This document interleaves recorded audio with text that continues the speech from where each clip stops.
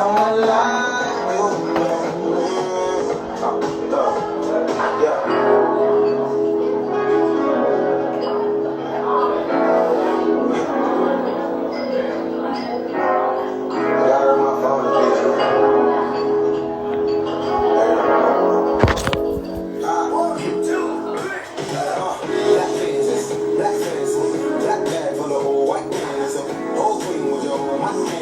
Show me a little black girl. Black fancy, black fancy, black bag for the whole white man. So, old queen with your white hand, with your show me a little black girl.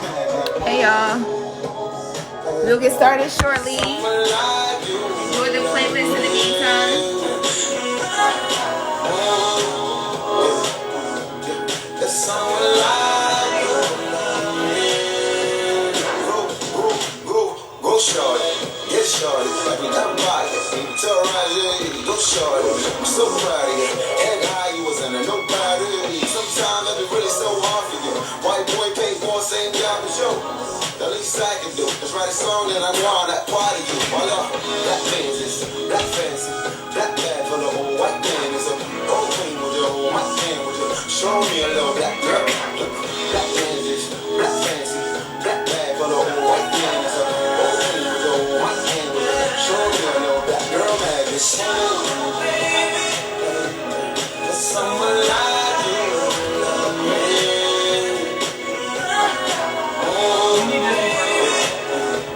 There's someone like you. Okay, black is beautiful, shorty. Black is bold. Hey y'all, thanks for coming in. We're just gonna take a few minutes before we get started to listen to some music and get in the vibe. That's why I heard you hurt. Look, a lot of animals in my boat, but all the real niggas know they be G with the goose and less. Yo, it's your birthday, got that ice cream. It's your birthday, go shorty. I'm so proud of you. Head high, you wasn't nobody. Go shorty. Hey everybody, Coco, you can request a Zoom whenever you want. I'm so proud of you. Black woman, you wasn't nobody. Black fancy, black fancy, black bag for the whole white man. So, old queen with your whole white man with your. Show me a little black girl. Black man. I got a little playlist, y'all. I titled it The Revolution.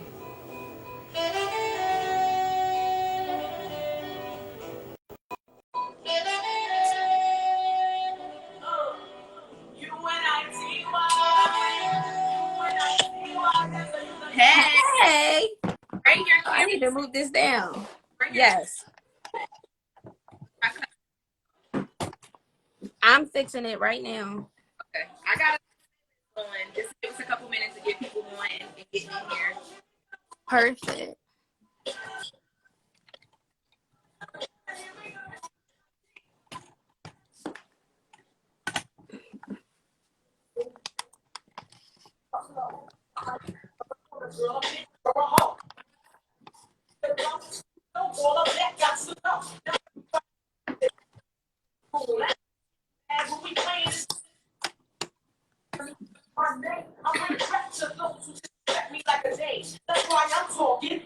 For everybody, you're about to get started with this live.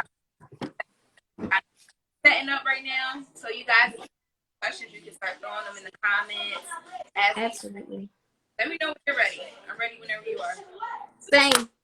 Okay. All right, let me pull. I was so excited about my little playlist. Back on there. So Let me sit this out. I didn't even press that. I paused it. Wow. Hold on.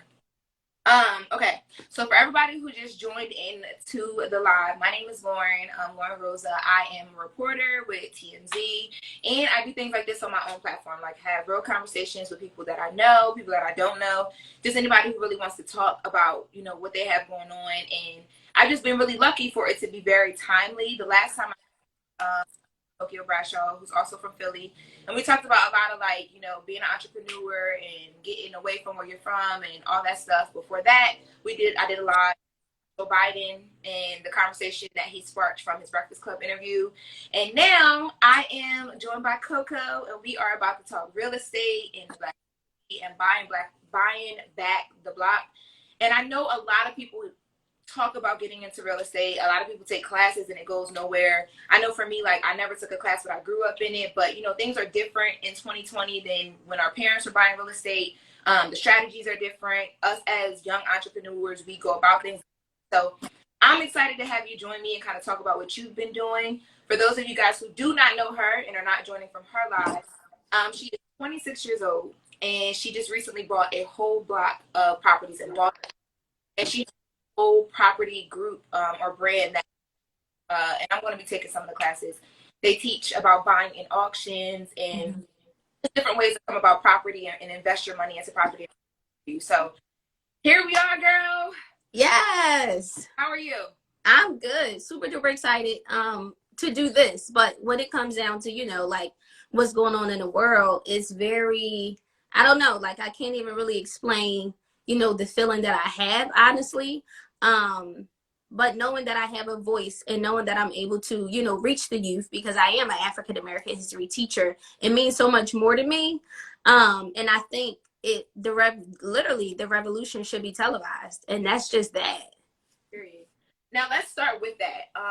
So I had put it in my caption that yesterday I was talking to my sister Mariah, and I was just like, dang, should I like hit her up and be like, hey, maybe we should push it back, because you know, like just out of place, like you know. But then I started thinking about it, and one of the biggest conversations right now is the looting that's because of the rise of being angry, and then the fact that there are people that are not even from these communities. Yes. And destroying. I know I watched from Minneapolis on CNN yesterday, and she was talking 80% of the looting or the looters arrested were not from Minneapolis, and she didn't say it outright, but she said we're trying to figure out what groups they belong to, aka they would be in those communities anyway if the looting wasn't happening. So that's a whole nother thing. So my first question, just to tie into everything that's happening right now for you, is how difficult is it going to be for us to buy in our communities once they come in, fix these communities up, and then inflation happens and prices you know, go up, because now these homes are not older homes or row homes that have been here for years. They're brand new, newly renovated homes. You know what I'm saying?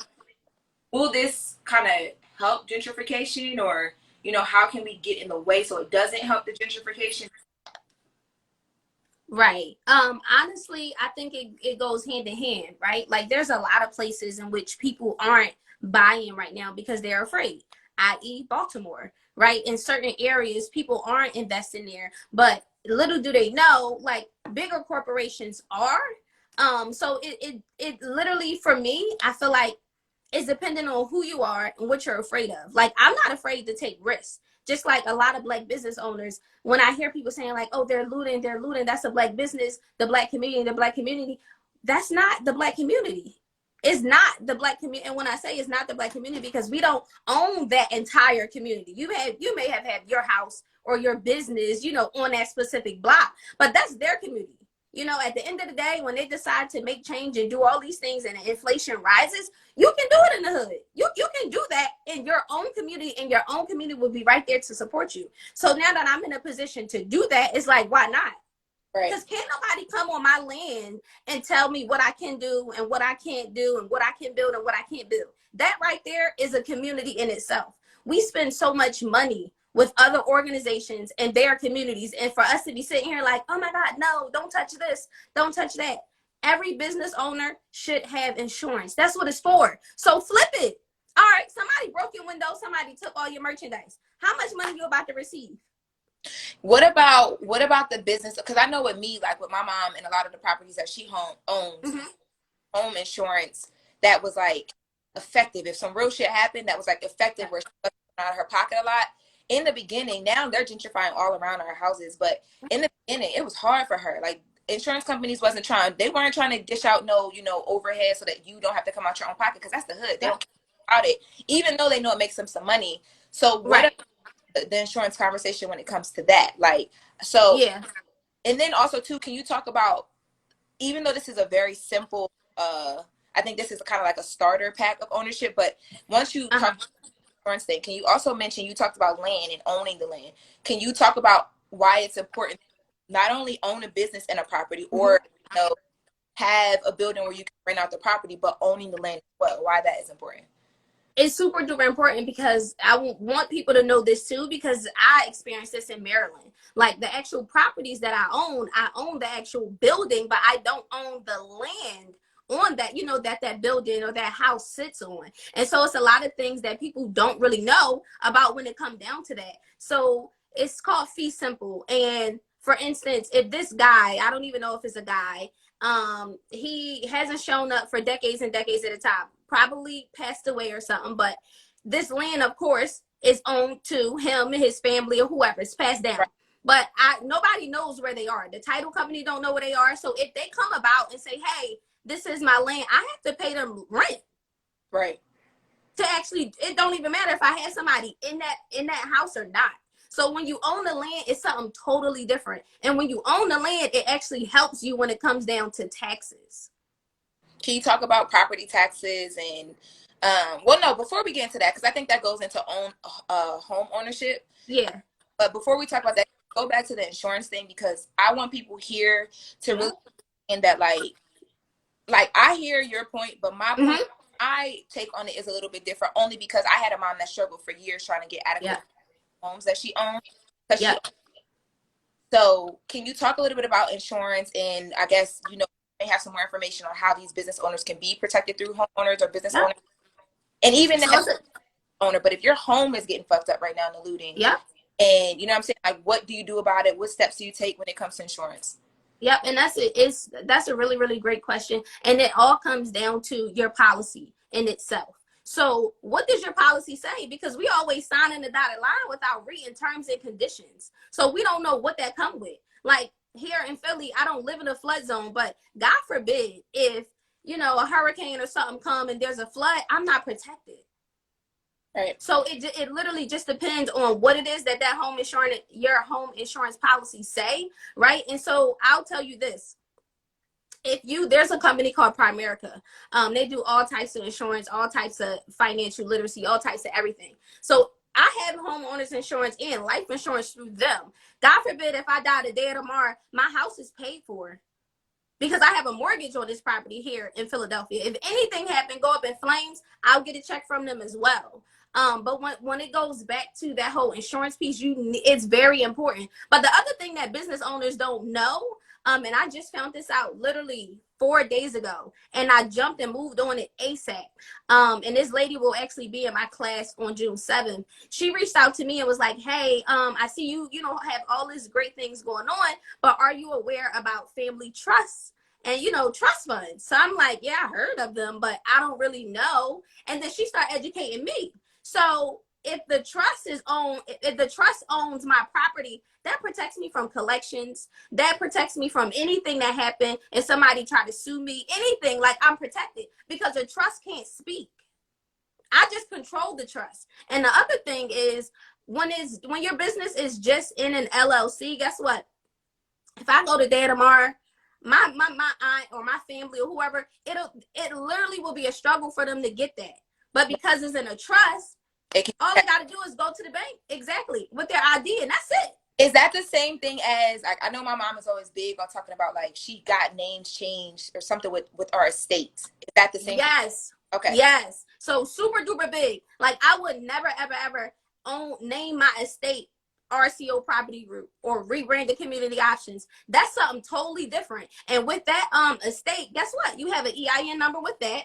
And you can get business credit. You can pull out credit cards. You can do whatever it is that you want to do with that. It's like its own entity. And this is what the people do to protect their assets. This is what 45 does right now. And guess what he also do? Apply for bankruptcy. Power, but still be the president. Exactly. Exactly. No, what were you else? I'm sorry? You were about to say something else. I cut you off. Oh, yeah, no, I was going to say literally just that. So when we are put in places where because this lady, I didn't know her. She reached out to me on Instagram like 6:30 in the morning. And I said, when you ready to talk? And she was like, oh, I'm free all day. I said, you ready? Can you talk right now? She said, yeah, we hopped on the phone. We did a Zoom because you also never know who you're talking to. You know, people can come at you and it can be a scam. It can be whatever. But when you are educated in certain areas, of course, you know what you're talking about. So I'm listening. I'm doing my own research. I'm calling my bankers that I know. What's up with this? Did you, is this the truth? Right. And I had to handle my business. Right. Because I feel like I'm not in competition with people that look like me. When you get something like this, and I'll tell you, and I've said this on my live couple days ago, I never walked in a room where I actually met the seller. So I walk in the room, the seller is there, and I'm looking like, oh my God, I hope this man don't pull a deal off the table because of who I am. When I was looking for houses in Philly in 2017, and I would go and see properties, 5 people pulled out of the deal because of me. They're like, what you want to do with it? That's always the first question. What is your plan? Right. I know a lot of people, it's so crazy that you said that because I was thinking about this the other day and I was trying to figure out a way to have a conversation about this on live, and I guess we can have it right now. Yeah. Friends that, whether they're in Philly, Atlanta, Miami, wherever, when they go, say if they own like restaurants, bars, like those type of places, they don't go into the meetings. They send someone for them, and normally it's a that they pay or that they have. Yeah. Or just an older Black person. Normally it's a white person, though, to be completely honest with anybody that's watching. Because that way people don't pull out of the deals, especially when you're trying to get location in a certain area. Yeah. Or it can even be in the hood, but if they're in the hood where they're gentrifying, they're trying to keep a cap on who's buying. Exactly. So a lot of times people do that. Like, they send people in the meetings for them. So you said it's sad. I mean, and that's the thing. I always felt like I should be able to walk in these meetings, and I walk in there all Black with a jacket on that says "Rooting for Everybody Black" on the back. So at any point, he could have been like, "Yeah, I ain't with none of this," and it just would have been like, "Okay, start over." But I do believe that everything happened for a reason, and we have to be mindful about what it is that we're doing, how we're doing it, why we're doing it, and how does the community really benefit from it. Because one thing I want, everybody on this live and just the world to know is that people don't destroy what they help build. So if you're doing this in the community, right, and you're actually giving back to them, you're actually putting things in the community that they can benefit from. Think about it. How many poppy stores do we have? And no shade to the poppy stores, but there aren't any Whole Food stores. There are no Trader Joe's. We can barely get really good produce. Like, there are these places in which we live in, or where they put us at, are food deserts. We are really out here living off of survival. Not because something was passed down to us. Right. No, that's a fact. I just recently followed this page here because when I moved to LA, I'm from Wilmington, Delaware. So I didn't really, we went to ShopRite and the local hood grocery stores. But when I first moved here, and my mom is a very, she is an entrepreneur, you know what I'm saying? She knows what's going on. But when I moved here, that was my first time really understanding why I needed to go get fresh vegetables versus the ones she was buying in the cans from, then we don't have food, Save a Lot at home. Right. It's different. But here they had on Instagram, Black girls at Trader Joe's. So all the things we love, here's the healthier version. Here's how you shop at Trader Joe's and stuff like that. They're accustomed to it. But when you're talking about things like being able to pass things, whether it's how to eat or a property that I have done with family, how do we even start? Let's back all the way up, right? Yeah. Because a lot of people are like, okay, I want to get into real estate and this is motivated, but what the hell do I do? So if I am watching this live, and when I leave here, they are so motivated by this conversation and sitting on some money because we're quarantined and some people are able to save. Yeah. What do they do first besides signing up for your class? What do they do? So I always tell every single body this. You can do one or two things, and you can, whichever way, interchangeably, but you definitely need to work on your credit. The very first thing, if you don't have, good credit, or if you don't have credit at all, you need to be working on your credit. And so the good part about it right now is that because the world, calmed down, and people are on quarantine, the credit bureaus are actually moving faster. So usually you got to submit that letter, every 30 days, but they're getting back and they're making changes, sooner than the 30 days. So you can see, inflation in your credit score prior to the actual 30 days. So credit is the very first thing that you need to be working on.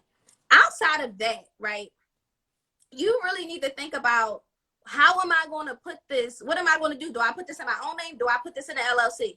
Open up an LLC. You don't need credit to open up an LLC. I do LLCs all day long. You know, you don't need that. And you can open as many as you want. So per property, you need to have a business per LLC. I mean, per house. So if you got 5 houses, you should have 5 different businesses. Oh, so five different businesses. Yep, for 5 different houses. And I'm going to tell you this. Say, for instance, even though you put all of those into one trust, right. Say, for instance, they try to sue you, right? And you say, for instance, I had all of my property in one LLC. Oh, thing. Everything. But you can't do that, you know, if you have 5 businesses and 5, you know, properties, right. One per, yeah, exactly. You can't do that. And you also, it's asset protection. So I have my house in Philly, you know, in my own name. So they can't, if they sue my business, they can't come after me personally. Right. And then I have, you know, a mortgage on this house. I have student loan debt. So to the world, I'm in debt. I don't even have money to pay you. So it's all about the flip. And this is exactly what people do. And I'm going to drop this one jewel because I have to do it. You also got to think about the state in which you get your LLC from. So for Nevada, if you buy a property anywhere in the world, but you say, all right, I'm going to form my LLC in Nevada, guess what? People got to go to Nevada to sue you. Ain't nobody going to Nevada. Unless they're very upset.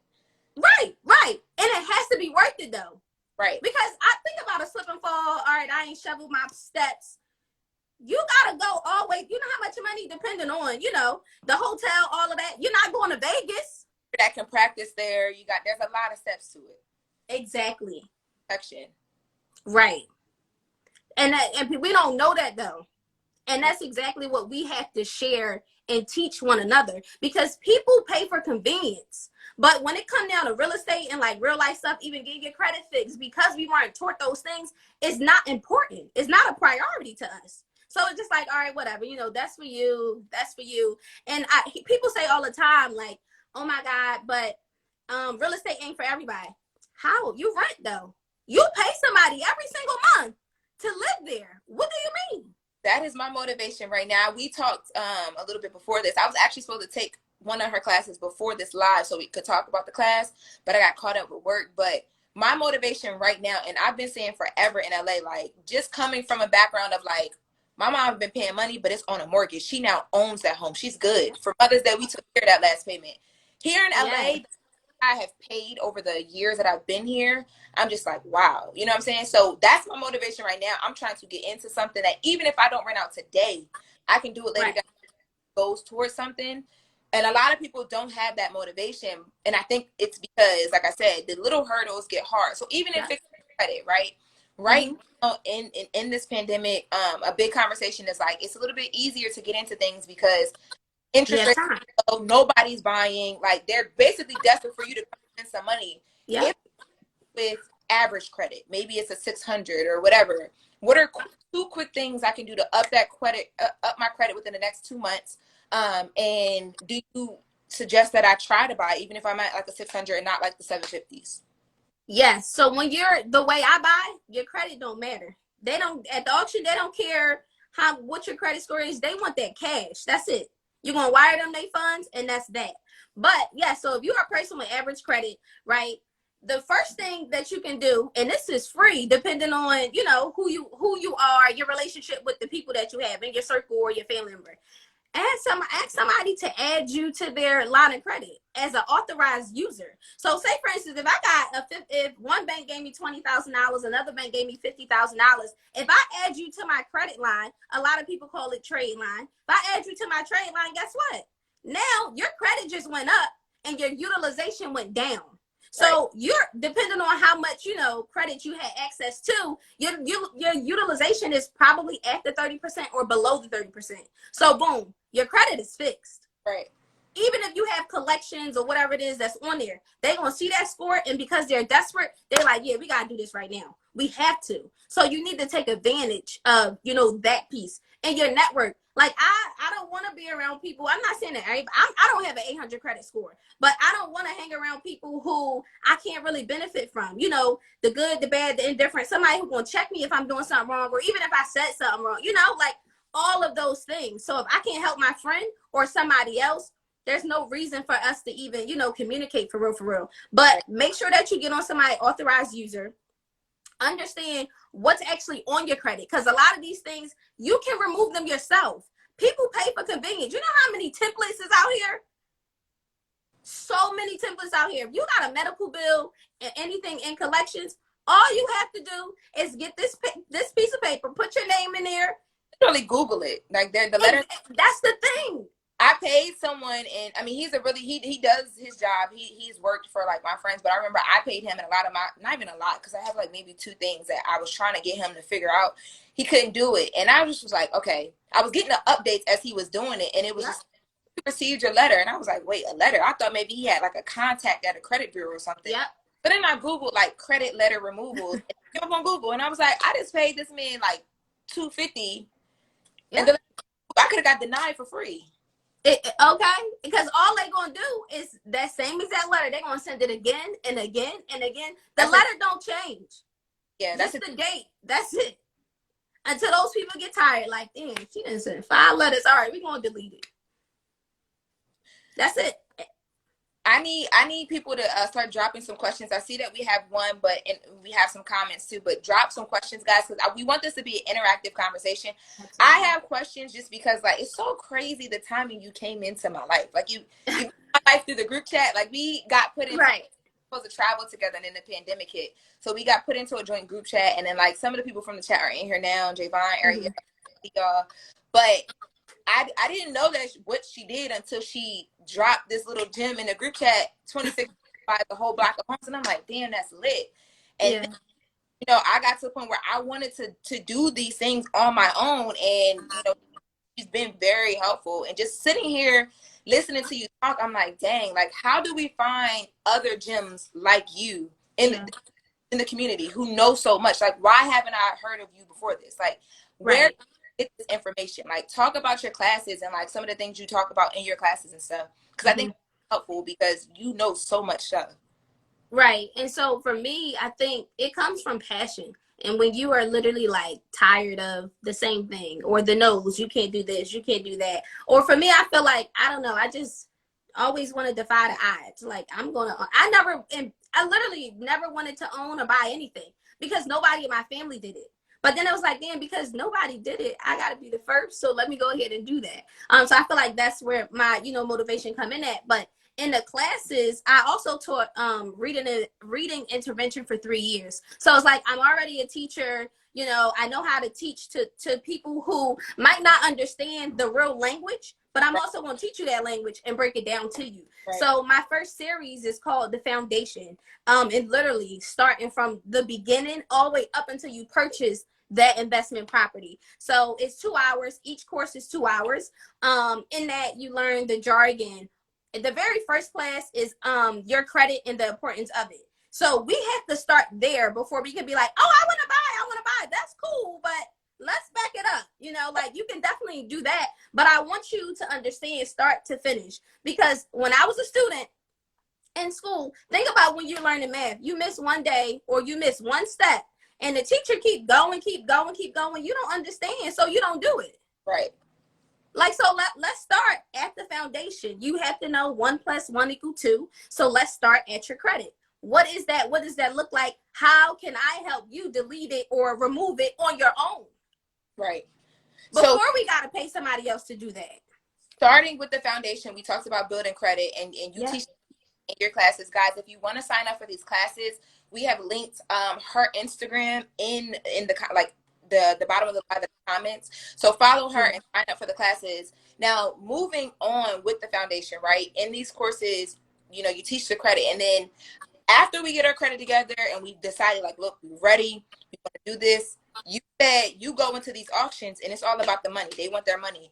How do you up the money? Like, is it, do I need $50,000 walking into an auction? Do I need $1,500? Do I need the $6K that my friend had to put down to go to an auction?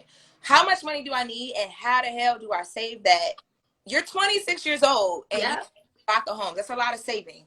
Right. So actually, it's really not. So this is all about the flip. So, all right, you fix your credit. The second thing, you need an LLC. You get your LLC, boom. you need to go to every personal bank account that you have. You need a business bank account there too. Apply for that credit card. They're going to say, oh my God, you got a 700 or you got a 680 or you got a 750 credit score.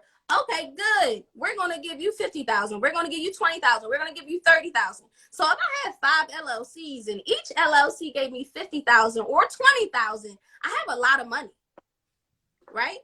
And so which is another class that I teach, teaching people how to turn credit into cash. Wow. So when you learn how to turn credit into cash, boom, you already got all these credit cards. And think about it. Your monthly statement, my monthly statement on $20,000 is $78.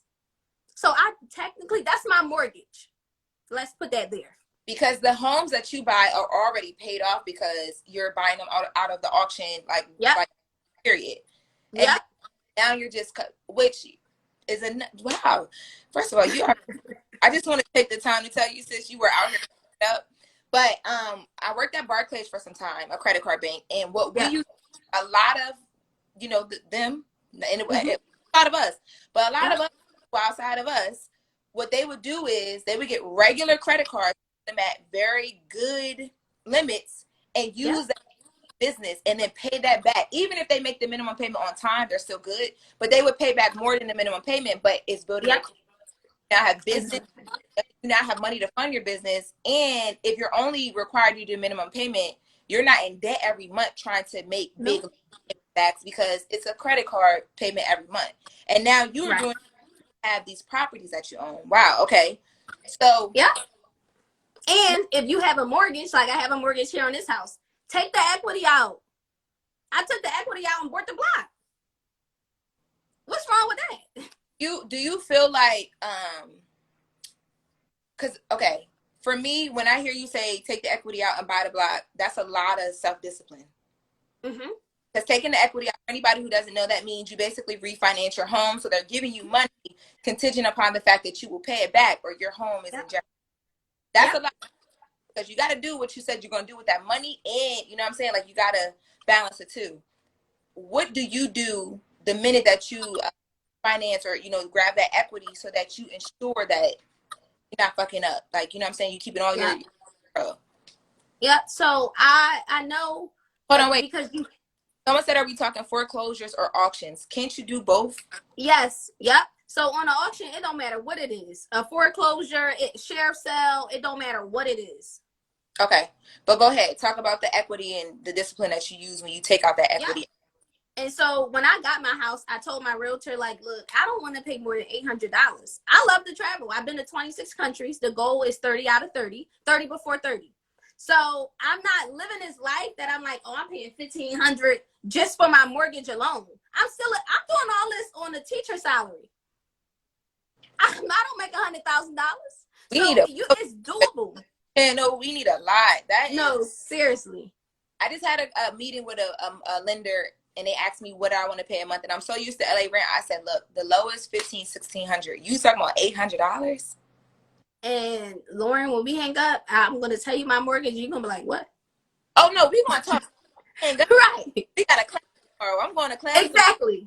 We definitely got class tomorrow. But so you have to think about stuff like that, right? Like a lot of people want to, oh my God, I want to buy my dream home. You can do that. You can definitely do that. But why do you have to? I don't like new construction. New construction, God forbid, if we have a tornado or something, them houses are on the ground. They build them up in 30 days. It's literally aluminum foil and wood. It's no more brick and mortar. They don't do this no more for them new houses. It's brick face. And people see it, oh my God, it's beautiful. And they pay $300,000. They pay $500,000 for that. Why? When you could have did that on your own property, you could go, I rehabbed this house and it was moving ready when I got it. How much, because I think a lot of us young people who are moving in to places that don't have the skill set, like with my mom, she brought a shell, did the same thing, but she herself lays tile and she has friends that does, that's her vibe. I'm not down to lay no tile. I can tell you what I like, but to me, it just sounds like that's going to cost so much money that I don't have. No, you get a 203K loan. So I got this house at 87 or 89,000. You get something called a 203K loan, FHA, conventional. Of course, all these things got different names, but it's the same thing. So you get this loan, and you say, if you get in Pennsylvania, if you go over 28,500, then whatever contractor you go with, they have to front the cost of the project. If you stay at 28,500 or below that, you know, the bank, when I went to close on this house, they cut me a check for 16,000 and some change. Just because in that range, but like, why is that? Like, why are they like? Why are they doing that? Because it's a renovation loan, so it gives you the opportunity to pay for whatever renovations you want in your house. So you're paying them back in turn, and then also it kind of builds up the area so they can make money off of that area. Yes. So, but the other thing, when it comes down to the making money off the area, right, you have to get your house appraised. So for me, when I refinanced, of course I had to get my house appraised, but I didn't change the outside of my house. So some people come and they like, wait, you sure this your crib? And then they walk in, they like, oh my God, like, I would have never thought it looked like that from the outside. One, I always want to remain low key. And two, I know I have neighbors on this block that own and they've been here for forever. So why am I hiking up their taxes? For what? What do I need to do that for? Because eventually my tax is going to go up too. Right. So I mean, and people like what they like. I wanted to do a lot of things with the outside of my house. But then I was like, well, the same money that I'm going to put on the outside, I might as well put that in another property. That would be smart. But yeah, I don't get no nail and hammer. I don't do none of that. I don't lay the towel. I don't do anything. I just hire the people. Okay, this is what I want. This is what I don't want. And when you're talking to these contractors, because my first contractors, they got me. I didn't know anything, but I was here every day. I gave them the check. They went shopping. They did, and now that I'm in the business, I'm like, damn. You know what I could have did with that 28,000? Oh no! But you live and you learn. Yeah, no. My mom would what? She'd be on the phone tomorrow talking about I'll come do it 28,000. Literally, but that's the thing. Like I had nobody. Right. Nobody in my family owns. Nobody in my family nothing, and they don't know about home ownership. They might know Joe Schmo down the street. I can't get him to come in this house and do anything. Right. Because sometimes it's more expensive to be cheap. I did my floors 3 times. Hello, talk about it. 3 times because I'm like, all right, let me get him to do it. Or no, I'm going to get so-and-so. Do you know how much I paid altogether for floors? Literally more than my first property in Baltimore. I got that on the auction for $4,500. So when you're sitting in these auctions, what is the mindset? I do it online. I done bought houses in the airport, my bed, at work. I don't go in an auction for nothing. What I need to go there for? And the thing is though, Philly auction and all of the places that only have on-site auctions, they're all closed because of Corona. Right. Well, so online. Except for the auction that I use because it's online. But when you're heading into these online auctions, yep. What's the mindset? Like, are you looking at like, okay, I have maybe your account says you have 20K or your credit line is 20K. You want to, how do you determine how much money you want to use on the actual purchase of the home? And then how do you determine what you want to leave, for the beginning renovations? Like, how do you figure out, okay, this is my limit on how much the house can cost? Because that's another thing too, is like, when you have good credit, a home here in LA specifically, starter home, if you buying it not even through the auction, they looking at $500,000, $600,000, $700,000. Yeah. And you just gotta get with it or get lost. But how do you say, okay, this is what I want to spend on total on my home. This is what I want to put down today. And the rest of this will be for renovations and paperwork, fees and all that. Like, how do you divvy that up? So it's super duper simple. I look at the neighborhood and what's around it, what's in the area. And then I look at the property and I'm like, do I want to spend $10,000 for this house? Do I want to spend $20,000? Any of the houses that I bought, my max is $10,000. I'm cheap. I always try to figure out a way to cut costs because you can get a house like my house that I got for $4,500. When I closed out for fees, it came up to $7,000. That house was worth on a regular market $47,000. I could have sold it and made a quick 40 real quick, But I'm like, no, something is going on around here. It's a hospital right there. They start buying up land on the block. Right. So now let them do what they're gonna do. The house is gonna be worth $250 once they put those aluminum foil houses up on that block. So you can, and that's the other thing, you can hold it. You can hold it. You don't have a mortgage. All you pay is taxes. On a land, it's 4 lots. I pay $59 per lot. That's $236 a year. Wow. So, and then it's the other thing when it comes down to taxes when you buy these other properties. I called them. I said, hey, I think the taxes is too high. This is a shell. Why am I paying $200? They're like, oh, really? Yeah. So I literally had a online, what is that called? Court date. And I was telling them exactly what it is that, you know, why I shouldn't pay $200 a year for this property. I sent them pictures, videos, all that. My taxes is $25 now. I didn't know you could do that. My grandma owns a property and she's paying like over 200, and it's so not worth like what. Yeah. She would and be. So it also tax abatement. Yeah, it's so not the taxes that she's like. They haven't even begun renovating that area, so you can only imagine. Right. And the other part though, I think about, like I said, I don't buy anything over $10,000. But the land actually was over the 10,000. It was at 15,000. And then they told me, you know, there was a reserve. A reserve means they really want more than what they, you know, put it on an auction for. So I'm like, cool. They said he wanted 22,000. I'm like, no, I can give him 18. You got to know how to talk, know how to negotiate. Right. So he said, all right, well, my magic number is 20. Well, I made a goal that I wanted to buy the block and make my own neighborhood. Why wouldn't I do that for 20,000? Right. So when you're going into these conversations and you're negotiating and stuff like that, is there ever, like you said, it's a give or take? Like you want to buy the block, ask for 20, you talking about 18, it's 2,000 of a difference. Boom, let me get this done. Has there ever been a time where you're like, nope, I'm good, I'm walking away from this? Yes. When I first started bidding, when I didn't even know anything, it was 3 properties that I was bidding on. And so I'm looking, and I see some about hard money lenders.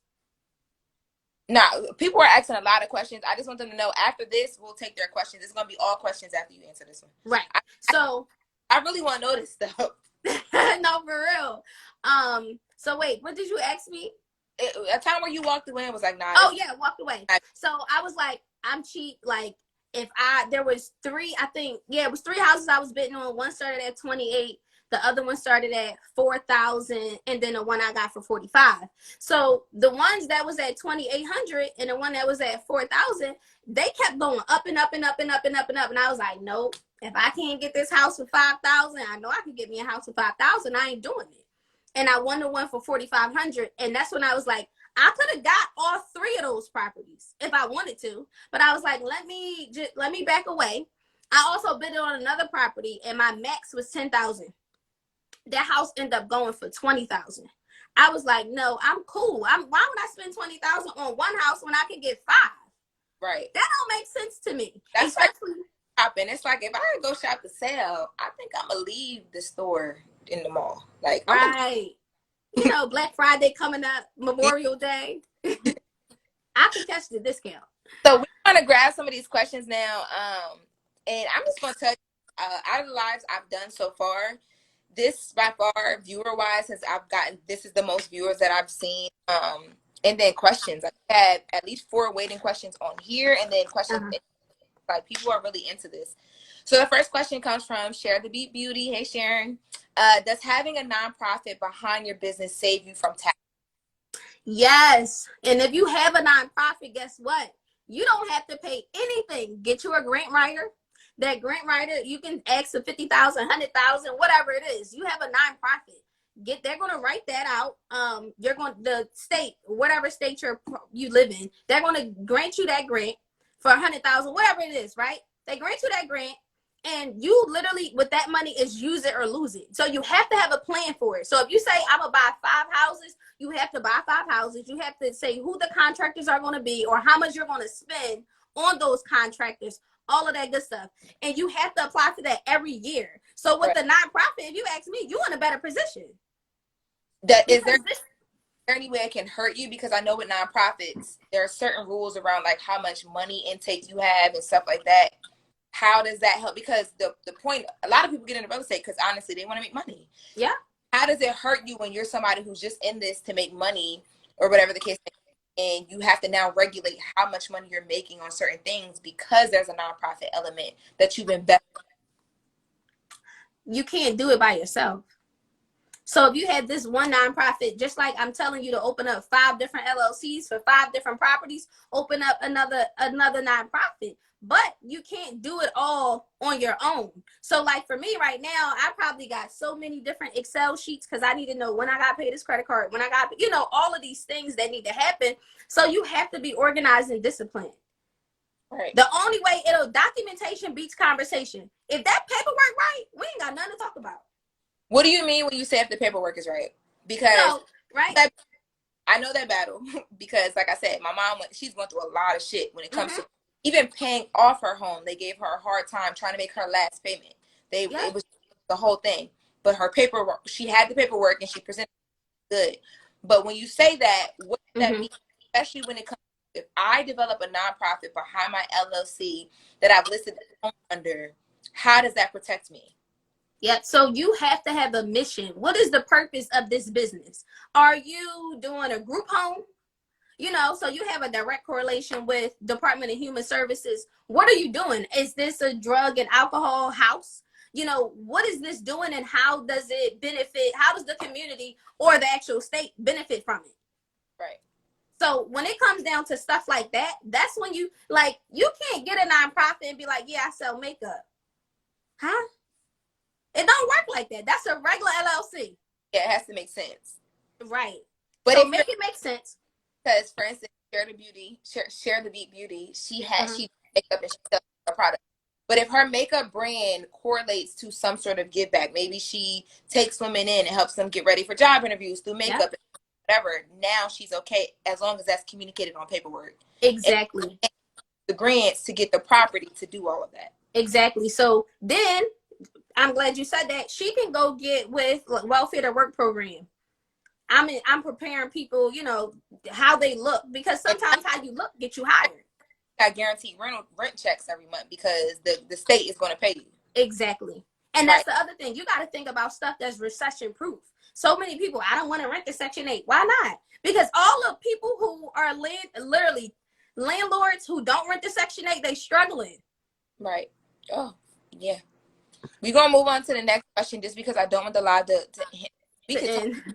Real. The next question: do you encourage to buy up inside of completing flipped projects? I don't, Layla, I don't know what you mean. Do you encourage to buy up? That's inside I think that she's meaning like, do you encourage people to buy ready to move in properties versus things that you have to buy and like shells that you have to buy? Again, I'm cheap and I know that when you work with the right contractors, you can go ahead and put 28,000 in a house and list it for 150. So no, I don't encourage that. I think we kind of talked about that a little bit with what you said that you did in your own property. Right. Next question. Can you get a loan from the bank or take the equity out of your house? Well, we answered this already. And yes. You can, absolutely, you can do both. We kind of touched on that already. Next question. So what's a good score to start buying? What's a good credit score? To start buying. So if you're going the traditional route, you're going to go to the bank, get pre-approved, all that good stuff, whatever. Honestly, you can get a house with a 520. Everybody say, oh, you need a 580, or at least a 600. That is a lie. A 520, girl. You can get a house with a 520. Now, know that your interest rate is going to be higher. However, we're in a pandemic. You might be at 3%. That ain't high. You're winning. So you have to take advantage. I'm telling you, you have to take advantage of this time. Like there's millionaires and billionaires being created. They literally be created during pandemics. It's not a pandemic for everybody. It's really not. The next question in here, then I'm going to get to the comments. You mentioned buying from auctions. Please talk about the pros and cons of buying from an auction. So we talked about the pros, I feel like, with they just want cash and you can buy multiple. versus, you know, all this money for a move-in ready home. What are the cons of buying from an auction? So it depends on what auction you buy from, right? Because you can get a cheap house for 5,000, 10,000, whatever. Depending on the auction you buy from, it might come with a lien on there, a tax lien, or the Pico bill might have been $30,000. So you walking into this. Is All right. So say for somebody, if somebody did not pay their taxes on this property, they owned this property for X amount of years and they didn't pay their taxes. So if my taxes is $400 a year and I missed about 5 or 6 years, they like, look, somebody got to pay. So they go ahead and the sheriff's cell or whoever, that's a tax lien. So if I'm the owner, if I'm the buyer and I'm on this auction, I'm trying to buy this property for 5,000 or how much ever it is. When I purchase it, I have to pay that bill on top of what you would be paying just for the home. Exactly. Now, for me, the auction I use, you get it free and clear. So there is no con. The only con is that maybe somebody might pull out of the deal, and then you don't get the house, but you get your money back.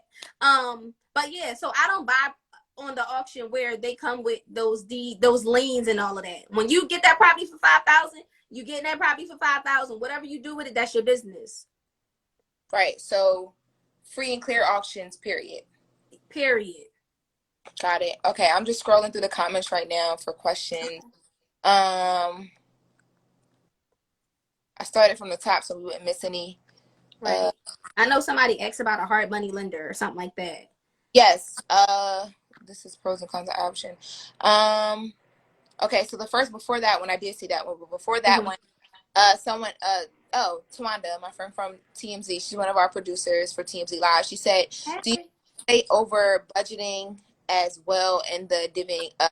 So I think she's asking when I talk to you about how do you divvy up what I use for the home, what I use for construction and interior decorating and design and all that.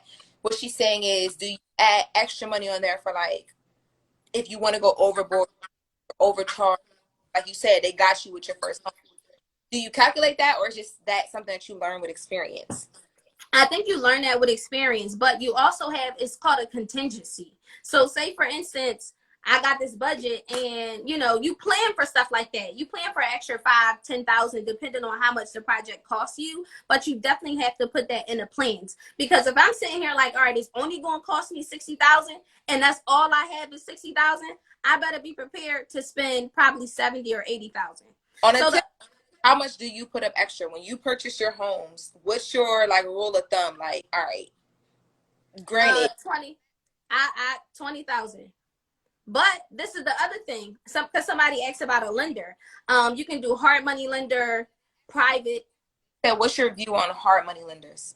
So I don't use hard money lenders. I think if you are going to use a hard money lender, you should be using a hard money lender for a property that you're going to flip. You're going to sell. Not a property that you're going to hold, because the interest rates on hard money lenders is super duper high. So why would I pay an 18%, 24%, 29% interest rate? It don't make sense. But some people combine. Some people will get 20,000 from a hard money lender and then go with a private lender and get, the other 60,000. So you paying that off and it's not as expensive because your interest rate is at 18 on only $20,000 versus the whole $80,000. What about now with lower interest rates? Like right now during the pandemic, like if I'm looking to buy a house tomorrow, you can get low interest rates right now because the market's kind of at a standstill. Yeah. What about, what's your view on it right now? I still would look, because typically a hard money lender is going to be still more expensive than a private lender.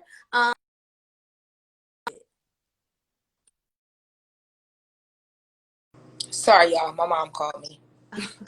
But yeah, why not still go private if, the private interest rates are still typically, they're going to be lower than a hard money lender. So it's all about numbers, for real. Anything that you're doing in real estate, the numbers got to make sense. If I'm going to sell this property and I want to make 40,000, what do I have to do to make 40,000 off of this deal? Right. Another one of the questions, they asked what online auction sites you use. And I don't know if that's something that you save exclusively for your class. If it is. Yeah, it is. Well, listen, y'all, a lot of this info she is sharing with us, but you got to invest in yourself. let me tell you, I'm investing in myself. We have a class schedule. Me and her have a class schedule for Monday, and then I'm doing one in July, right? Yeah. So you have tomorrow is Monday, and then July 7th. And I June 7th. June 7th. I wanted to take the class before this, so I don't promote anything that like I really don't believe in or I don't think is real, like genuinely fuck with. To be very blatant, honest about it, but excuse my French, but just speaking to her, listen, sign up for them. And I've linked her Instagram in the bio where you can find information about the classes. Another question was, when you put properties in an LLC, do you register it under that property's address or a different one? No, get a different address. Get a different address. Nope. Does that come back into when you do the appraisal? Does that affect each other at all? No, not necessarily, but think about it. If you're going to rent this house out or something, like, why, and it's your business or however it go, your mail is going to go there. Got it. So you want to keep those things separate, or you want to keep those things separate. I don't want anybody sending my business to that house with tenants or whoever, or it's just there. Now I got to go all the way there to get the mail. And you can do virtual. A lot of people I know do virtual mailboxes. So literally anybody who send me something, it comes in my email and I can read it right from there. People are in the comments telling people to sign up for your classes as well. And someone, your class is online or in person, they are online. I don't know what you would do in the pandemic, but I know right now they are online. Yes. It's fully active on Instagram, so you can follow her on Instagram. We have the tags. I wanted to talk to you about, and you guys can continue sending questions. That's just all the questions we have. So I just want to my own questions until the time is up. That's fine. So your RCO, can you tell us what that acronym stands for and why you chose that name for your property? So it's rebranding community options, and literally to rebrand the houses or the properties, in your community. We have a lot of options when it comes down to buying houses and stuff like that. I really wanted building better communities, but that name is already taken, so I couldn't do that. So I was like, how do I do this so we can rebrand them, right? We're going to rehab them. We're going to make them look better. We're going to do all of these things so we can definitely rebrand the options in your community. And so that's where that came from. You're 26. Yeah, I just turned 27 on the 17th. You're 27, but when you bought your row of homes in Baltimore, you were 26. 26. And I don't know. I just feel like I'm 28, but like at 26 is like, I don't know if I had my life, even if my mind knew that's something I should be doing, just because like I graduated from college. My mom was like, buy a home with your graduation money. And I was like, no, I don't want to be tied down. With you, because you had it, right? So someone just asked this and I was going to ask it. At what age did you start caring about this stuff and actually bought your property? And like, just why, like you're young, like there's so much. For a teacher, teachers have salaries. It's not the most money, but you have you know what I'm saying? Like you could be doing so much more, buying things and doing different things. Why is it so important for you in your life before 30? We have 1 minute, seconds left. All right, so really fast. So I bought my first house, the house that I live in 2017. But my first investment property I bought September 9th, 2019. I've only been in business for 8 months. I did all this in 8 months, but the drive and the passion comes from my entire family struggled from drug addiction. My mom was on drugs. My dad, was on drugs. All of my siblings, even to this day, like struggle from drug addiction. So I'm like, damn, like I'm the only person who want better, and I feel like I have to do that. I don't want my own kids, and the people who helped me most was my teachers. So I feel like that's my job. Like my teachers didn't even know anything that was going on, and they sent me money every month for 4 years when I was in undergrad. And 10 hours, 14 hours away at Clark Atlanta. And I literally had to do what I had to do. I always had 2 jobs. And I always felt like, look, I'm not going to be working hard like this. I won't. If I work for the next 2 years, it's because I want to do that. Like, not because I have to. I don't have to listen to anything that somebody, if you don't like it, do something about it. I don't like when people complain. Like, we have all these excuses, but what are you going to do? Nothing was handed to me. Nothing. And my mom sued me in 2016. We just started talking this year. Yeah, I didn't talk to my mom in 3 years. The last time I seen her, she was in court. We was in court.